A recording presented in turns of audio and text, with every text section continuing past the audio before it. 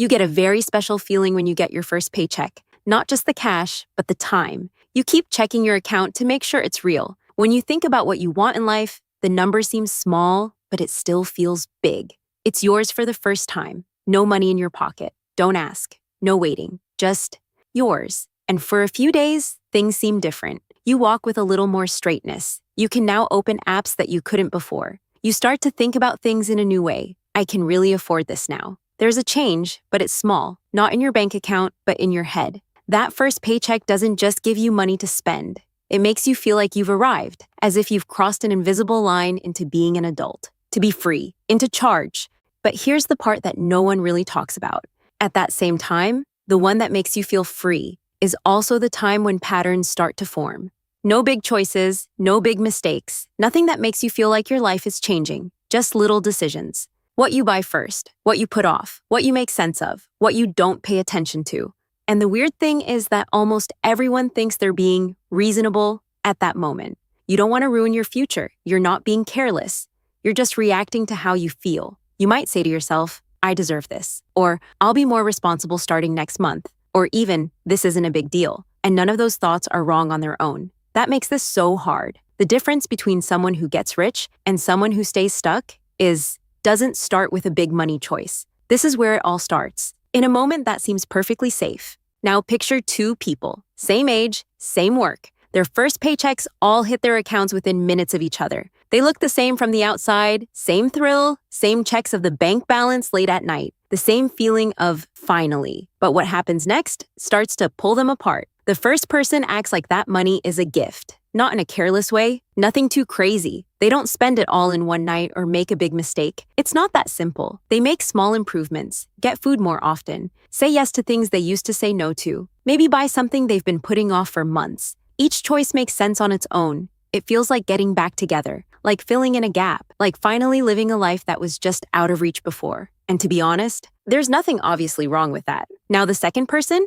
they are just as excited, the same urge to enjoy it. But there is a short break. Not doubt, but awareness. They think about money in a different way before they spend it, not only as something to use, but also as something to put in place. So instead of saying, what can I finally afford now? They ask in a low voice, what can I change with this money? And once more, nothing big happens. They don't suddenly become very disciplined or stop having fun. They might still spend money, still have a party, still give themselves rewards. But a small part of that money stays untouched. Not because they have to, but because they think that part of the money is already working. And this is where things get interesting. You can see both of them again after a month or even 3. There isn't much of a difference that can be seen. Same way of life. The same things happen every day. Same life. This is why this split goes unnoticed. Because at first, both paths look the same. And this is where most people get it all wrong. They think the difference is in how much money they make. Of course, some people get rich, they make more money. I'll deal with it differently when I start making more money. It makes sense, but it doesn't work because both people started with the same amount, same chance, same place to start. So if the result changes in the end, there has to be another reason. It's not the amount in the account, it's the meaning that goes with it. That salary is a relief for the first person, a way to let go of stress, to finally let go, to feel like everyone else. So money flows out almost like it should, not because they're irresponsible, but because the money is helping them deal with their feelings. Months or even years of not yet turning into finally, all of a sudden. And once money is linked to help like that, it's really hard to make it go slower because it feels like you're making progress every time you spend, even when it isn't. For the second person, though, the same amount of money means something else. Not relief, but leverage, an object, a place to start. They still want the same things, the same desire to enjoy it. But there is a quiet awareness in the background that this isn't just money to spend. It's money that can change what you can do in the future. And that one change, from relief to leverage, doesn't seem like a big deal right now. There isn't a big sacrifice, no harsh discipline, just a different view. But that lens subtly affects every little choice. What seems important, what seems optional, what seems worth putting off. And over time, those little choices add up, not in a way that you can see every day, but in a way that slowly changes the direction. So no, it's not about how much money you make. It's about what your first money means to you, because that makes up its mind about how to move. This is where the difference gets a little clearer. Money changes things once it starts to move. Not just your bank account, but also your job. For the first person, spending money feels like moving forward. They make their homes, their comfort, and their experiences better. life really does feel better. It's easier. And again, none of this is crazy. It's under control, justified, even deserved. But here's the thing. Most of that money goes away as soon as it's spent. It works today, but then it's gone. The same thing will happen again next month when the salary comes in. Make money, then take a break, and then start over. And little by little, without even realizing it, they create a life that depends on that cycle going on. Because their way of life changes to fit their income, but their place doesn't really change. Now the second person, they still spend money, they still make their lives better, but part of their money is going to something else. It doesn't want to solve today. It's trying to change tomorrow. It might just sit there. It might go into something they don't feel right away. And that's the part that makes me feel bad. There isn't an instant reward. No upgrade that can be seen.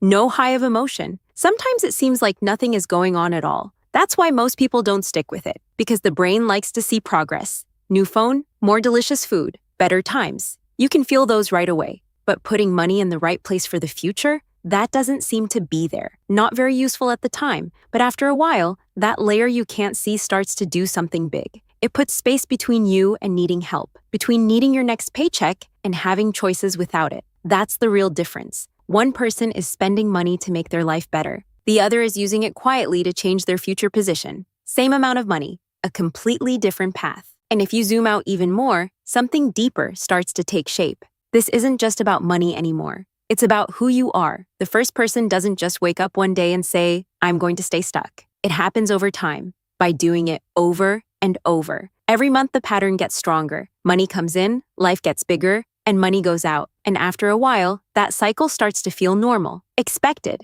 They start to think of themselves as someone who earns to keep, someone who works to keep things going. And once more, it doesn't feel wrong. The bills are paid. Life is pretty good. There is no emergency. But there isn't really a change in who is in charge, because their money is always linked to the next paycheck. Now the second person, their identity also slowly takes shape, not by making one big choice, but by being consistent. Every time they decide not to spend some of their money, they are sending themselves a subtle message. I don't have to spend all of my money. And that means more than it sounds. They stop thinking of money as something that leaves their hands right away after a while and begin to see it as something they can control. That change gives you a different kind of confidence. Not the confidence that comes from spending, but the self-assurance that comes from not having to. And that's a very different place to work from. One identity is based on keeping up a certain way of life. The other is based on making choices. And once those identities are set, your choices start to make themselves. You don't argue about every purchase. You don't depend on discipline or motivation. You just do what comes naturally to you. That's why it's so hard to change this later.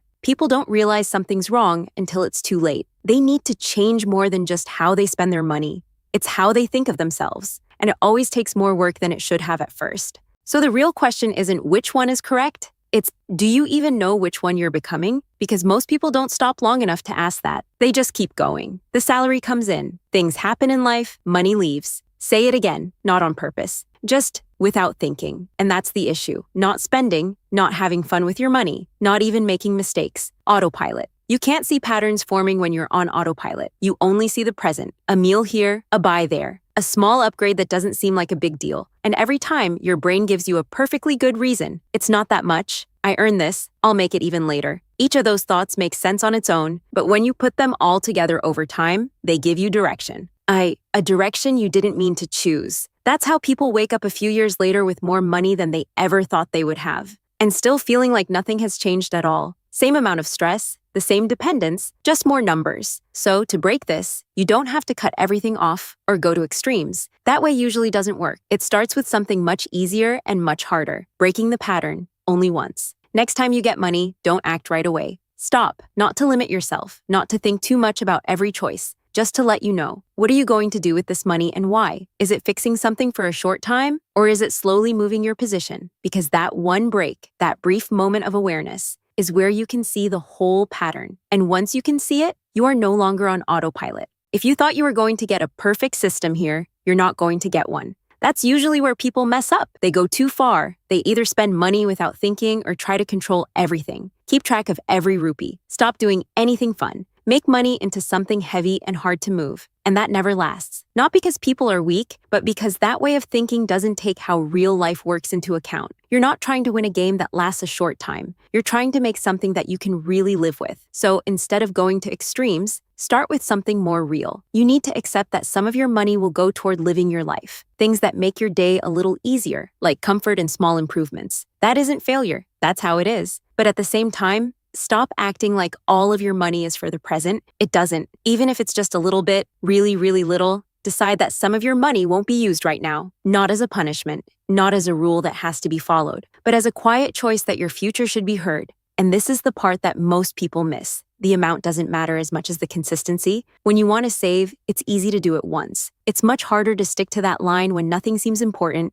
no one is watching, and there's always something you could buy. That's where the real change happens, not in big sacrifices, but in small choices you make over and over again, even when they don't seem like they matter. That small portion will stop feeling like something you're giving up over time, and it starts to feel like something you're making. And when that happens, you don't just make money and spend it anymore. You're in charge. If you take a step back and look at the whole thing, it's almost too easy to be true. Two people, same place to start. No big mistakes, no harsh discipline, not a single moment that changed my life. Just little choices that are made over and over. But over time, those choices get bigger. They build up into direction. One way to live is to always need the next paycheck to keep things going. The other slowly makes room for money to stop being something that comes and goes and starts to give you choices. And the weird thing, it never feels like you have to choose between those two paths. It feels like you're just living your life. That's why this is so important at the start. Not because your first paycheck is big, but because you're the one who is setting the tone for the first time.